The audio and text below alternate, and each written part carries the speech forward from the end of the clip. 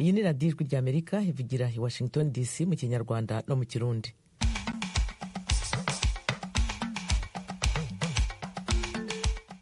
Nshuti zacu bwakeye, ni Eugenia Mukankusi basuhuza. Ikaze kuri radiyo yanyu. Mu Burundi turi ku mirongo migufi kuri metero 25, 31 na metero 41.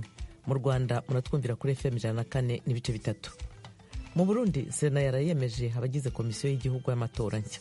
Uraze nk'ingingo ya 91 yo mu ibwirizwa nshingiro ivuga ko ayo mazina yemezwa mu nama nshingamateka ukwayo n'inama nkenguzamateka ukwayo. Tuyabonye ayo mazina mu nama nkenguzamateka, mu nama nshingamateka ntiyaciyeyo. Uyu ni umunyamabanga mukuru w'ishyaka CNL Simon Bizimungu avuga ko uburyo iyo komisiyo yashyizweho bwaba bunyuranije n'amategeko. Umuryango uharanira demokarasi n'uburenganzira bwa muntu Freedom House wo muri Leta Zunze Ubumwe za Amerika urashyira u Rwanda mu bihugu bifite ubutegetsi bw'igitugu bikurikirana abanyamakuru aho bahungiye mu mahanga. Umuryango witwa G5 Sahel ugiye guseswa, wari ugizwe n'ibihugu byo muri Afurika y'Uburengerazuba. Amakuru arambuye ni mu kanya gato. Duhere ku makuru avugwa hirya no hino ku isi. Umuryango w'abibumbye ONU urasaba iperereza ridafite aho ribogamiye ku gitero cy'indege hitagira umuderevu y'igisirikare cya Nigeria cyahitanye abaturage 85 bari bibereye mu munsi mukuru ku cyumweru gishize. Inkuru mugezwaho na Fidel Niyongabo. Ibiro by'umutegetsi mukuru w'ishyirahamwe ONU bijejwe agateka ka muntu byasabye abategetsi ba Nigeria gukora itohoza ryuzuye kandi ataho rihengamiye hamwe no gutuma bagize uruhara mu byabaye ku munsi w'Imana urangiye babibazwa. Ni mu gihe botegerezwa guhindishi y'akababaro abahasize ubuzima canke bakomeretse hamwe n'imiryango yabo. Benshi mu bapfuye ku munsi w'Imana urangiye bari abapfaso n'abana n'abageze mu zabukuru. Ivyo biro vyatangaje ko abategetsi ba Nigeria bavuze ko abasivile bapfuye vyabaye impanuka.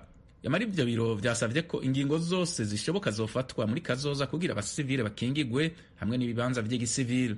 Umuvugizi w'ivyo biro Seif Magango yatangaje ko abategetsi ba Nigeria bategerezwa gusubira kwihweza amategeko igisirikare cisunga n'uburyo bwo gukora ibishoboka kugira impanuka nk'iyabaye ku munsi w'Imana urangiye ntizisubire kuba. President wa Nigeria Bola Ahmed Tinubu yategetse ko haba itohoza ku munsi wa kabiri.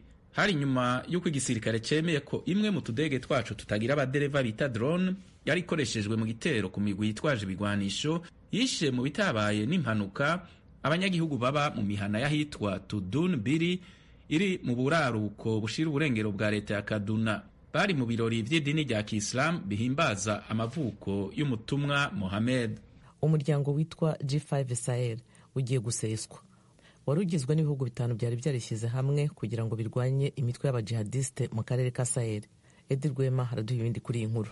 G5 Sahel yashinzwe mu mwaka w'ibihumbi 2014 yari igizwe n'ibihugu bya Mauritania, Chad, Burkina Faso, Mali na Nigeri. Ubufaransa bwari buyifitemo uruhare runini.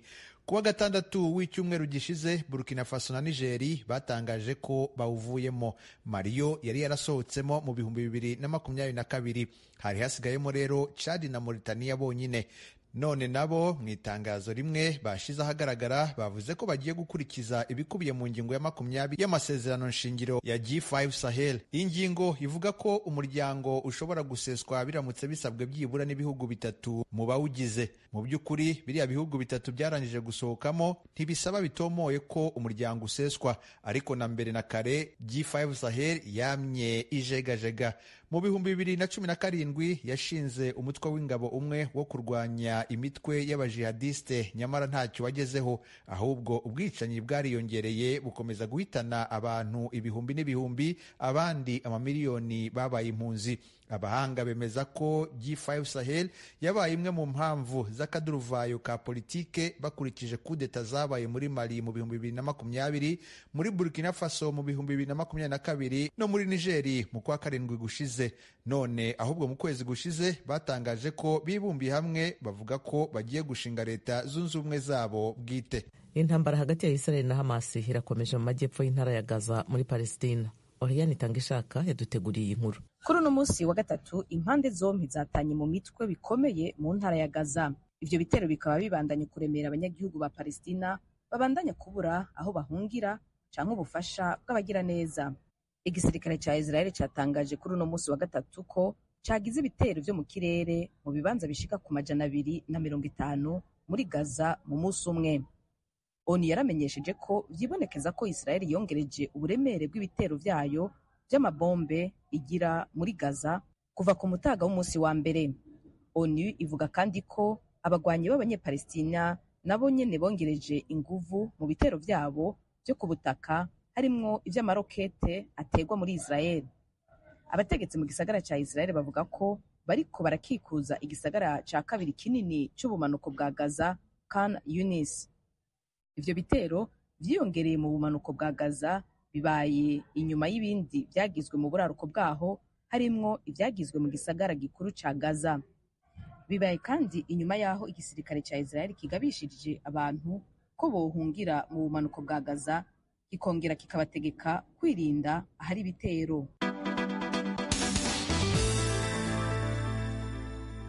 Mukomeje kumva radiyo ijwi ry'Amerika ivugira i Washington DC mu Kirundi no mu Kinyarwanda. Mudukurikire no ku rubuga rwacu rwa internet wa3.radio.voa.com no kuri YouTube, Instagram na Facebook VOA Radio Yacu.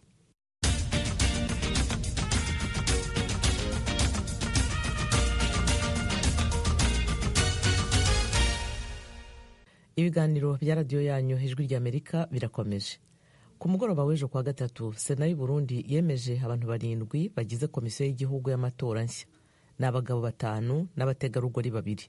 Inkuru ya Eloge Wirikaneza ukorera i Nairobi muri Kenya. Umukuru w'inama nkenguzamateka Emmanuel Sinzohagera niwe yasomye umwidondoro w'abantu 7 bemejwe n'urwego arongoye kumara imyaka 5 bitongezwa bari mu murwi utegura amatora nk'uko ibwirizwa nshingiro ryo mu 2018 ribivuga. Nk'uko abari mu nyubako z'inama nkenguzamateka ku murwa mukuru wa politike Gitega babibwijwe rya Amerika mu gusoma uwo mwidondoro, umukuru w'inama nkenguzamateka hari ivyo yanse kuronda nk'ubwoko, intara n'imigambwe abemejwe kuba mu murwi seni utunganya amatora baturukamwo. Mu gihe kandi ku mirwi yo muri kahise yari umukuru w'igihugu yabanza kugena umukuru n'icegera ba seni, ubu amabanga batowe bafise yagiye amenyekanye. Prosper Ntarwamiye niwe yatowe kugira azorongora uwo murwi. Uwo mugabo yigeze kuba umuvugizi wa seni, ubu yari umuvugizi wa leta y'u Burundi. Azwi cyane nk'umuntu wavuga make naho yajejwe amabanga yo kuvugira inzego. Mugabo yamabangutse kwitaba mugana n'abamurondera naho vyoshika akabatanyisha afise abishurana umutima mu nda, ubuzima bwakomeza. Eka no ku buhinga bwa none amenyesha makuru baba bo mu gihugu hagati no hanze y'u Burundi iyo bamwikozeko bakamwandikira arabasubiza.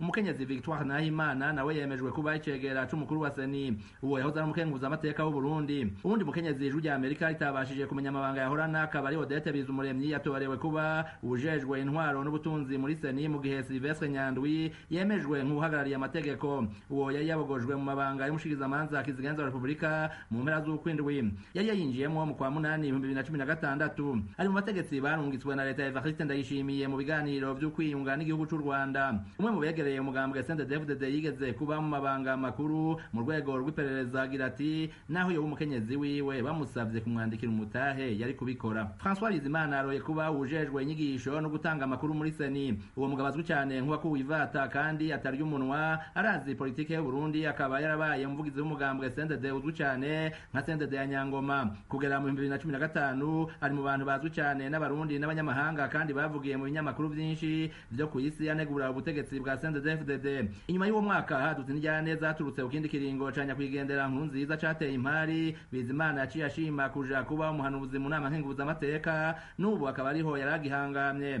Leonidas Ndayiragije yemejwe nk'uzozezwa ubuhinga bwa none muri seni, nayo Gabi Bugaga akaba aroye kuba ujejwe ibikoresho muri uwo murwi. Umenyesha makuru yigeze gukorera radio na televiziyo vy'igihugu yahora ari umukuru w'ibiro bijejwe kumenyesha makuru mu nama nkenguzamateka, akaba yaranabaye umuhanuzi w'umukuru w'inama nshingamateka mu byo kumenyesha makuru. Umunyamabanga mukuru w'umugambwe senere yabwijwe rya Amerika ko yemezwa ry'aba bantu bagize umurwi seni yahonyanze amategeko. Uku niko bidusigurira Simon Bizimungu. Uraze nk'ingingo ya 91 yo mu ibwirizwa nshingiro iratomora neza uko ayo mazina yemezwa. Ivuga ko ayo mazina yemezwa mu nama nshingamateka ukwayo n'inama nkenguzamateka ukwayo. Bamwe bose bakayemeza ibirenge igice ca kabiri c'abitavye ayo matora. Tuyabonye ayo mazina mu nama nkenguzamateka, mu nama nshingamateka ntiyaciyeyo. Eka n'umugambwe wa PDR wemeza ko utagishijwe inama. Gabriel Banza witonde umukuru wawo ariko avuga ko ataco bitwaye. abagiyeho rero bokumva yuko bagiye gukorera igihugu, bagiye gukorera abarundi, batamuntu bagiye gukorera kandi bozokora mu bwigenge ntangere. Mugabo yifuza ko mu ishingwa ry'amashami ya seni abanyamigambwe bogishwa inama. Uyu mugwi rero ugiyeho utangura amanama kumbure nabo vyega bose matora kugira ngo tuvugane ingene hazoshigaho abaserukira uwo mugwi mu ntara, mu makomine bahurikwimo bose, ko twagiye tubona ko muri kahise mu gihe atawamama usanga kumbure arabaca bigenza uko canke kuriya. Eka n'amashirahamwe yigenga nta banywanyi afise mu murwi mushasha. Mugabo yunga mu rya PDR Gerard Hakizimana umukuru wa Foricon F rimwe mu yaserukiwe mu gihugu cose. Ikomese amashami yigenga, ikomese nabiriya, igikomeye nuko abahari abashizweho botunganya ibintu neza kandi bakazobikora bikazo ibintu bishimisha abarundi bizova mu matora bikaba ibizoshobora gutuma Burundi bubandanya inzira demokrasi burimo. Bizimunga bereye umunyamabanga mukuru senere mugambwe urimo kutumvikana muri kino gihe asanga uko uwo murwi wubatse atamwizera utanga. Umuntu akibaza ni mbego rwego rugiye kuzokora ibiki, rugiye kuzotunganiriza bande mu gihe gwatuza kujaho abantu bagishije inama. Umurwi seni mu bikorwa biwuraririye vyihuta no gutunganya amatora y'abahanuzi b'imitumba y'abakenguza amateka n'abashinga amateka mu 2025. Ni incuro ya mbere y'amatora azobatunganijwe mu kiringo gitandukanye n'icaye umukuru w'igihugu kuko yo azoba mu 2027. Ni kandi incuro ya mbere y'amatora azobabaye intara zaratubijwe zivanwa kuri 18 zija kuri 5. Mu misi heze abakuru b'imigambwe barimo Uwayiprona ucuditse na CNDD-FDD uri ku butegetsi bari basavye ko amatora yimirije yobamo muco birushirije hakaronderwa uburyo mva makungu kandi n'abahinga mva amahanga bakemererwa kuza kuyasuzuma. Eroje Urikaneza, Ijwi rya Amerika. Umuryango uharanira uburenganzira bwa muntu Amnesty International urasaba inteko ishinga amategeko y'u Burundi gushakira ibisubizo ibibazo bitari bike biri mu itegeko ryemejwe mu mwaka wa 2016 rirwanya urugomo rushingiye ku gitsina. Fidel Niyongabo abafitiye inkuru. Ishirahamwe Amnesty International ivuga ko ibintu bidahuye biri hagati y'iryo tegeko n'amategeko mpanavyaha yemejwe mu mwaka wa 2017 bituma ibintu bidatomora neza ku vyerekeye amategeko abacamanza bo kwisunga. Amnesty International yavuze ko gutorera inyishu ico kibazo vyotuma abageramirwa n'amabi akogwa yisunze igitsina bakingirwa kandi baronswa ubutungane kurushiriza. Umuyobozi w'ishirahamwe Amnesty International mu karere ko muri Afrika mu buseruko niyo mu manuko Sarah Jackson yavuze ko mu gihe itegeko rihana amabi akogwa afatiye ku gitsina ryo mu mwaka wa 2016 ari intambwe ikomeye yashitswe ko ntirikwije ibisabwa n'akarere canke n'amakungu. Sarah Jackson yatangaje ko itegeko ryo mu mwaka wa 2016 ryongeye ibitari bike mu ntumbero yo kugwanya amabi akogwa afatiye ku gitsina ngo gusigura neza ivyerekeye gufata abantu ku nguvu. Yamara yasiguye ko ku bibazo bimwe bimwe iryo tegeko rihonyanga agateka ka muntu ngo guta amakosa ku bakoregwa amabi afatiye ku gitsina. Ishirahamwe Amnesty International itangaza ko kuba itegeko rihana amabi akogwa afatiye ku gitsina hari ivyo ridahuriyeko n'amategeko mpanavyaha hari bigira ingaruka mbi kuri zimwe mu ngingo zifise akamaro gakomeye z'iryo tegeko. Akarorero, igihe amategeko mpanavyaha yahinyanyugwa mu mwaka wa 2017 ntiyakoresheje insiguro ya nyuma yerekeye gufata abantu ku nguvu yatanzwe n'itegeko rigwanya amabi akogwa afatiye ku gitsina ryo mu mwaka w'imbere yaho w'ibihumbi 2016. Insiguro muri iryo tegeko ku vyerekeye gufata abantu ku nguvu ivuga ko ivyo biba mu gihe atakumvikana kuba kwahabaye. Amategeko mpanavyaha yo mu mwaka wa 2017 yagumijeho insiguro ya kera ishimikira ku ikoreshwa ry'inguvu. Ishirahamwe Amnesty International ryavuze ko insiguro yuzuye yisunga amategeko mpuzamakungu ku vyerekeye agateka ka muntu ku bijanye no gufata abantu ku nguvu ari iyiri mu itegeko ryo mu mwaka wa 2016. Iryo tegeko riratomoye ku bacamanza, abashikiriza amanza, abapolisi n'abandi bategetsi bajejwe ubutungane no kubahiriza amategeko. Ishirahamwe Amnesty International ryasavye ko ingingo ziri mu itegeko rihana amabi akogwa afatiye ku gitsina zihana ababana batubakanye mu mategeko zivanwaho. Izo ngingo zirahonyanga uburenganzira bwo kubaho mw'ibanga, ubuzima bw'imiryango, uburinganire hagati y'abantu hamwe no kudakumira. Ingingo ya 60 mu itegeko rihana amabi akogwa afatiye ku gitsina ryo mu mwaka wa 2016 rirahana inyifati ituma amabi afatiye ku gitsina kogwa. Iryo tegeko rikaba ryarashavuje abatari bake igihe ryarengana kubera ryashize mu ngingo zaryo uburyo bwo kwambara impuzu budashemeye, ivuga ko bishobora gutuma abazambaye muri ubwo buryo bashobora gukorerwa amabi afatiye ku gitsina. Ishirahamwe Amnesty International itangaza ko iyo ngingo hamwe n'izindi ziri muri iryo tegeko zihana abakorerwa amabi afatiye ku gitsina kandi zikanabambika iceyi ko zikwiriye kuvanwaho. Iryo shirahamwe rivuga ko uretse guhinyanyura gushasha ivyerekeye amategeko, abategetsi b'u Burundi botegerezwa gukora ibishoboka vyose kugira haboneke uburyo n'inyigisho bikwiriye mu ntumbero yo gufasha gushira mu ngira amategeko. Iryo shirahamwe kandi risaba abageramiwe n'amabi akorwa afatiye ku gitsina gufashwa mu buryo bukwiriye. Bimenyesha ko bategerezwa kugishwa inama mu mugambi wo guhinyanyura amategeko gushasha hamwe no mu gufata ingingo ku bijanye no gushira mu ngiro ayo mategeko. Ishirahamwe Amnesty International ryasavye kandi Burundi kwemeza no gushira mu ngiro vyihutirwa amategeko yerekeye uburenganzira bw'abapfasoni ku mugabane wa Afrika yatewe kw'igikumu mu gisagara ca Maputo muri Mozambique haraheze imyaka 20. Ayo mategeko yaragize uruhara rukomeye cane mu guharanira uburenganzira bw'abapfasoni ku mugabane wa Afrika. Yarafashije kandi abapfasoni kuronswa ubutungane.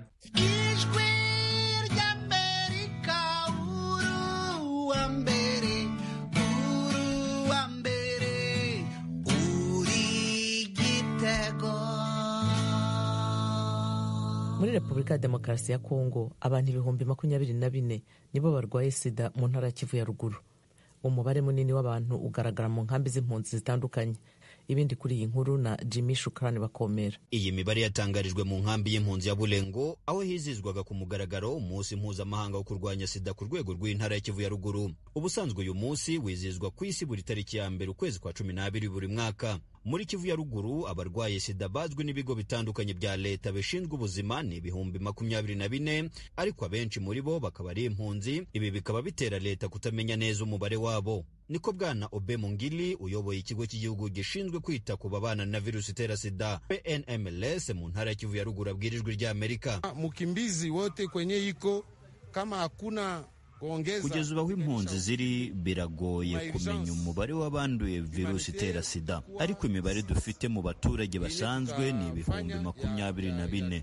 Mu nkambi z'impunzi rero niho hari umubare munini bitewe n'intambara z'urudaca zabaye mu duce twabo kandi abagore benshi bagafatwa ku ngufu. Ibyo byatumye leta idashobora kumenya mu by'ukuri abanduye sida ni bangahe mu nkambi z'impunzi. Wakimbizi yongeraho ko mu nkambi z'impunzi ariho hagaragara umubare munini w'aba barwayi ku buryo leta ibinyujije mu bigo byayo bitandukanye itarabasha kumenya umubare nyakuri, ariko hari icyo yizeza ko guverinoma igiye gukurikirana mu buryo bwimbitse iki kibazo aba barwayi bose bakamenyekana bityo bakitabwaho ku buryo bukwiriye. Ubwo radiyo Ijwi rya Amerika yashatse kumenya impamvu ubwandu bwa sida bwiyongeraho cyane mu nkambi z'impunzi mu burasirazuba bwa Kongo, twavuganye n'umwe mu bagore babana na virusi itera sida nawe wahunze imirwano ariko utashatse ku izina rye rimenyekana. Inakuwa zaidi kwa sababu sie mama tunaona mtoto hawezi lala njala. Bitubaho cyane kuri twebwe abagore twahunze intambara kuko haba ubwo wabuze ibyo guha abana, ibyo kurya ntabyo, umugabo akaba ntacyo nawe yazanye. Ubwo rero umuntu uraguha 2,000 ukaryamana nawe utazi niba afite uburwayi cyangwa niba bufite. Igihe ugiye kwa muganga bagasanga waranduye virusi itera sida. Pana sie tunapatikana na magonjwa. Madame Françoise Kamatu uhagarariye ishyirahamwe ry'abahuye n'ubwandu bwa sida mu ntara ya Kivu ya ruguru avuga ko leta nayo itabitaho nk'uko bikwiye nk'abandi barwayi bose. Wajamini neza waambia kama mgonjwa ukimwi ni mtu. Abantu bose bagomba kumenya ko uwanduye virusi itera sida nawe afite uburenganzira nk'ubw'abantu bazima, ariko ikibabaje nuko guverinoma nayo itatwitaho habe na gato. Iyo umuntu yanduye virusi itera sida bamufata nk'aho atari umuntu nk'abandi, ahubwo bakamuvangura. Ibyo bigatuma nawe yumva ko atari umuntu nk'abandi. Igihe rero itegeko ryo kubahiriza uburenganzira bw'abantu babana na virusi itera sida rizubahirizwa nibwo n'umubare w'abandura uzapunguka. Kuri uyu munsi Minisiteri y'Ubuzima yashyizeho igikorwa cyihariye mu rwego rwo kumenya uko ubuzima bwabo buhagaze. Hari bamwe twavugishije ubwo bari bategereje ibipimo muri iyi nkambi ya Bulengo. Natuje kwipimisha turebe ngambi kuko ndi abura ubugwayi mba tuje kwipimisha. None si twese niko tuhujije ubuzima baba bayigwaye ugasanga bambukirije abandi. Bari kuvuga bari gupima sida, sinone natwe tugiye kwipimisha turebe. Imiti hari aho ugera ukabona ni imiti mikeya, ariko noneho wajya kuyivuza ukumva ya miti baguhaye ndihuye n'ubugwayi bwawe, bitewe nuko batubwiye ngo hano baradupima bamenye ubugwayi bw'umuntu. Nukundi ngiye nsinziraga no kugenda mu rugendo nkibagirwa garwara n'amagoti ugasanga n'intoki ziri guhinarara, nkumva naza kwipimisha kuko mbyumvishije yuko bari gupima abantu uburwayi. Raporo zitandukanye zasohowe n'amashyirahamwe atabogamiye kuri leta muri Kongo zigaragaza ko ubwandu bwa virusi itera sida bwiyongeye kuva mu kwezi kwa kabiri umwaka wa 2023 kurusha mwaka wa 2022. Ibibazo amashyirahamwe agenda agarukaho cyane kurusha ibindi ni ukubura imiti n'ubundi bufasha bw'ibanze ku barwayi ba sida muri Repubulika ya Demokarasi ya Kongo. Muri raporo ishami rya ONU ryita ku barwayi ba virusi itera sida ONU-SIDA, abarwayi 540 babaruwe kuba barwaye sida, 800 gusa nibo bafashijwe mu bigo nderabuzima bitandukanye byo muri Kongo mu mwaka wa 2022, ariko abandi bakaba batagira ubufasha. ONU-SIDA ivuga ko kugeza ubu bufasha bukiri buke cyane ugereranyije n'ibindi bihugu byo muri Afurika y'Iburasirazuba. Ishyirahamwe ry'abaganga batagira umupaka MSF ku ruhande rwayo rivuga ko ubwandu bwa sida bugenda bwiyongera umunsi ku wundi kubera imitwe yitwaje intwaro ikorera mu burasirazuba bwa Kongo, aho abagore bafatwa ku ngufu cyane kurusha utundi duce twose two mu gihugu. Muri raporo yayo MSF yatangaje ko abagore 70 bafatwa ku ngufu. Ibyo nabyo bikaba ari imwe mu mpamvu zikomeye zishobora kuba zitera ubwiyongere bw'ubwandu bwa virusi itera sida, cyane ko abibasirwa ari impunzi. MSF ivuga ko inkambi igaragara mwifatwa ku ngufu kurusha izindi ari ya Bulengo. Ibi bigatuma n'umubare munini w'abandura virusi itera sida, yewe akaba ari nabyo bitera guverinoma gukora ubukangurambaga bwo gufata ingamba zo kwirinda no kurwanya sida muri iyi nkambi. Imibare yanyu itangwa na komisiyo y'impunzi muri Kongo CNR, ishami ryayo riri muri Kivu ya ruguru, ivuga ko inkambi ya Bulengo ifite impunzi zibarirwa ku 264. Jimmy Shukrani Bakomera, Ijwi rya Amerika, Igoma. Umuryango uharanira demokarasi n'uburenganzira bwa muntu witwa Freedom House wa hano i Washington DC, umurwa mukuru wa Leta Zunze Ubumwe za Amerika, uratangaza ko ibihugu bifite ubutegetsi bw'igitugu bikurikirana abanyamakuru babuhunze aho bari. Mu cyegeranyo yasohoye kuri uyu wa gatatu, Freedom House iravugamo n'u Rwanda.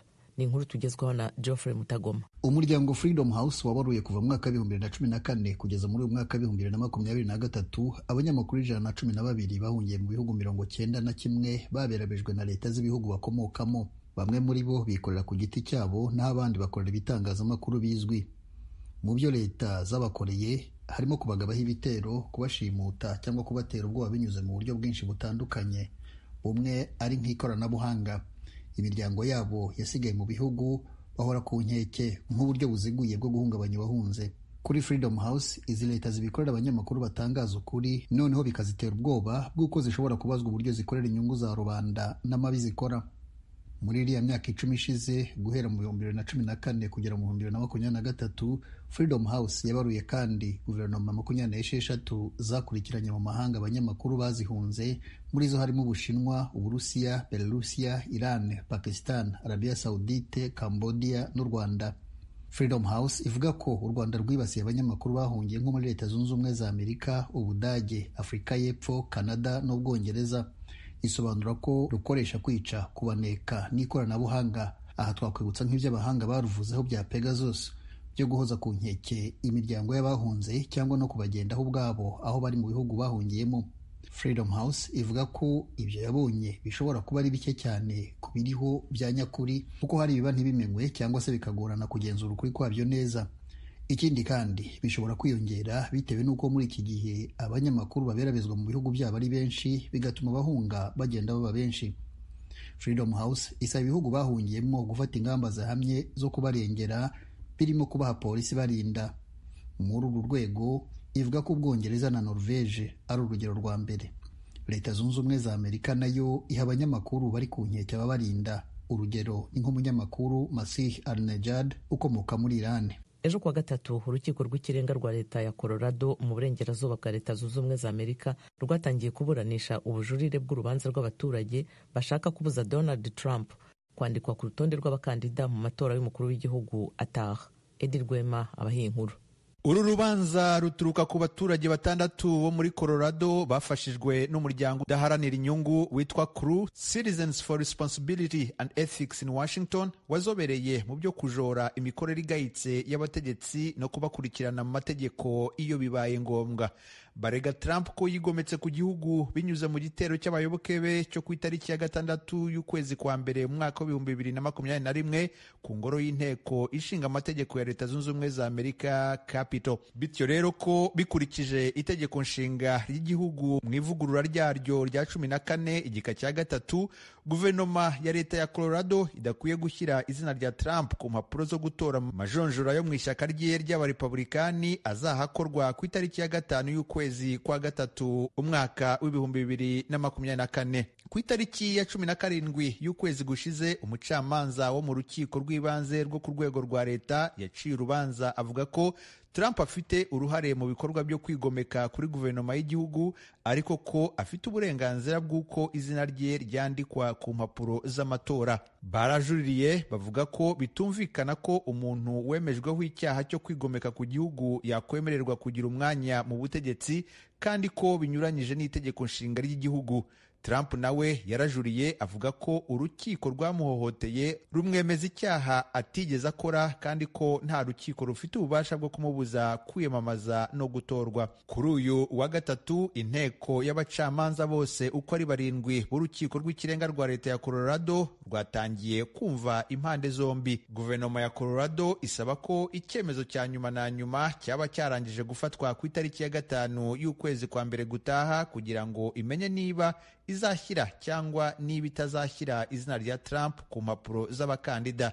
Nyamara kandi umwanzuro w'urukiko rw'ikirenga rwa leta ya Colorado nawo ushobora kujurirwa mu rukiko rw'ikirenga rwo ku rwego rw'igihugu. Uretse uru rubanza rwo muri Colorado, izindi nkarwo zizwi mu nkiko za leta byibura zindi 6 arizo Alaska, Maryland, Michigan, New Hampshire, New Mexico na Rhode Island.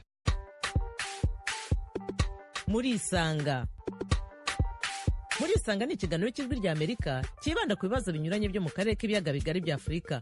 Ikiganiro gitumira abantu bo mu nzego zitandukanye bagasubiza ibibazo by'abakunzi b'ijwi rya Amerika. Ndi mu ntara ya Muyinga, aho bita muri komine Giteranye, aho bitatura. Ndi hano Kampala, Uganda. Ndi mu gisagara cya Bujumbura. Ni ikiganiro kimara isaha kuva saa 10 kugera saa 11 buri munsi, kuva kuwa mbere kugera ku cyumweru. Muri leta ya Colorado, leta zunze ubumwe za Amerika. Mbanje kuramutsa abo batumire mwadutumiriye. Nawe turagutumiye. Kurikira ijwi rya Amerika aho uri hose, haba kuri radio, kuri telefoni no kuri mudasobwa. Nawe turagutumiye, ntuziheze, urararitswe buri munsi saa 10.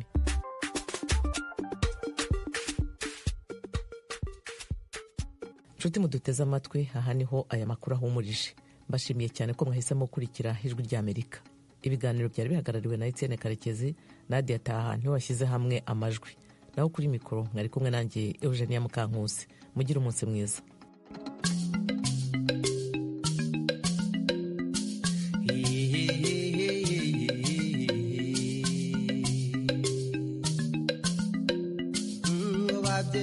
Babyaye mugaheka, tubifurije amahoro n'imigisha, mwaho muri hose ku isi dore ntashyo ibagere ku mutima, tubifurije kuramba. Muraho murakoma, muraho aho muri hose, muze twumva amakuru kuri radiyo yacu. Ijwi rya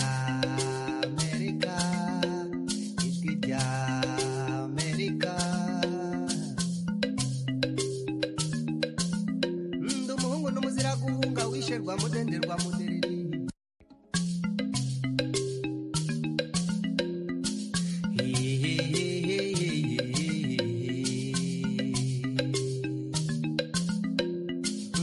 babyeyi babyaye mugaheka, tubifurije amahoro n'imigisha, mwaho muri hose ku isi dore ntashyo ibagere ku mutima, tubifurije kuramba.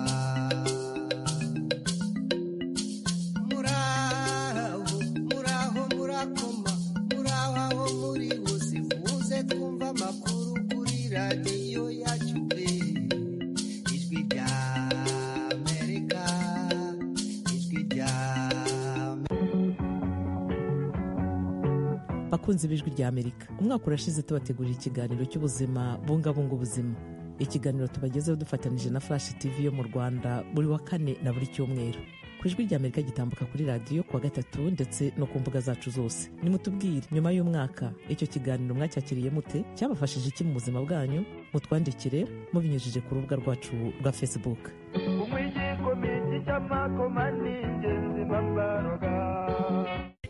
America